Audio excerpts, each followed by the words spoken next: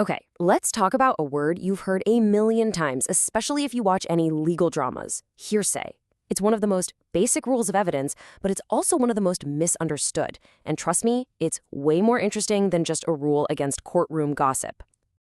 You can picture it, right? Some witnesses on the stand, they're about to say something juicy, and a lawyer jumps up and shouts, "Objection! Hearsay!" But what is actually happening in that moment? What are they really objecting to? Well, that's exactly what we're going to unpack right now. So here's our game plan. We're going to start with what hearsay actually is. Then we'll get into a little surprise, the fact that it's really two rules rolled into one. We'll check out how the legal experts define it, get to the bottom of why it's considered so dangerous, and then wrap up with why this rule is so incredibly important for our entire justice system. All right, first things first. Let's get right to the heart of it. What is the rule against hearsay? Okay, I know, that is a whole lot of legalese. It's a bit of a mouthful, right? But the key phrase in all of that is evidence of the truth. Basically, hearsay is when you try to use an out-of-court statement to prove that the statement itself is true. It's not just about repeating something you heard. It's about using that repetition as proof. And this is where things get really interesting. See, most people think the hearsay rule is just about stopping a witness from repeating what other people said, but it's actually much broader than that. The common law basically bundles two different ideas into one big rule. So on the one hand, you've got hearsay in the classic sense. A witness can't get on the stand and say, "Well, my friend Sarah told me she saw him at the scene." That's what we all expect. But here's the twist. The rule also stops a witness from repeating what they themselves said outside of court. It's called the rule against narrative. You can't say, "I told the officer right after it happened that the light was red," just to prove the light was red. It's wild, right? You can't even use your own prior statements as proof.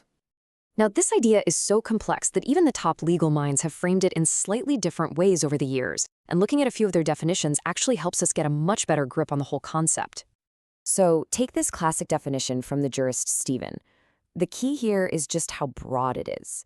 When he says a statement made otherwise than by a witness in giving evidence, he's wrapping up both of those rules we just talked about, what other people said and what the witness said before the trial, all into one neat package. Now check out Cowan and Carter's version. They put the focus in a slightly different place. Their key phrase is "not made at the trial."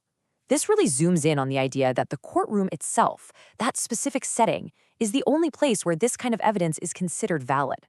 And Phipson's formulation just makes it crystal clear. He says it applies to any person, whether or not he's a witness. So you see the common thread, right?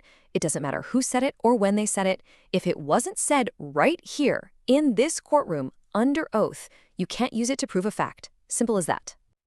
So we've got a handle on the what, but that just leads to the biggest question of all. Why? Why is the legal system so against this kind of evidence? What's so dangerous about someone just repeating what they heard? Well, it really boils down to three huge problems. First, the person who originally made the statement, they weren't under oath. There are no legal consequences for lying out on the street.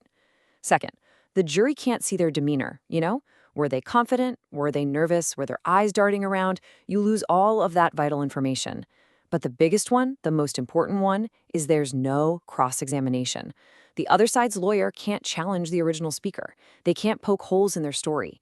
And cross-examination is the single greatest tool our legal system has for getting to the truth. With hearsay, that tool is completely useless. Okay, so this brings us to the big finish. When you put all these pieces together, what is the ultimate point of this complicated, often confusing rule? This is really the main thing to remember. The rule against hearsay is like a firewall for the legal system. It's a quality control filter. Its whole job is to block information that hasn't gone through the tough testing process of a trial. Being under oath, being observed by a jury, and most of all, surviving cross-examination. It's all about making sure the evidence is reliable and testable before it can be used to decide someone's fate. And that leaves us with one final fascinating question to think about. We know the rule is there to help find the truth by ensuring evidence is reliable.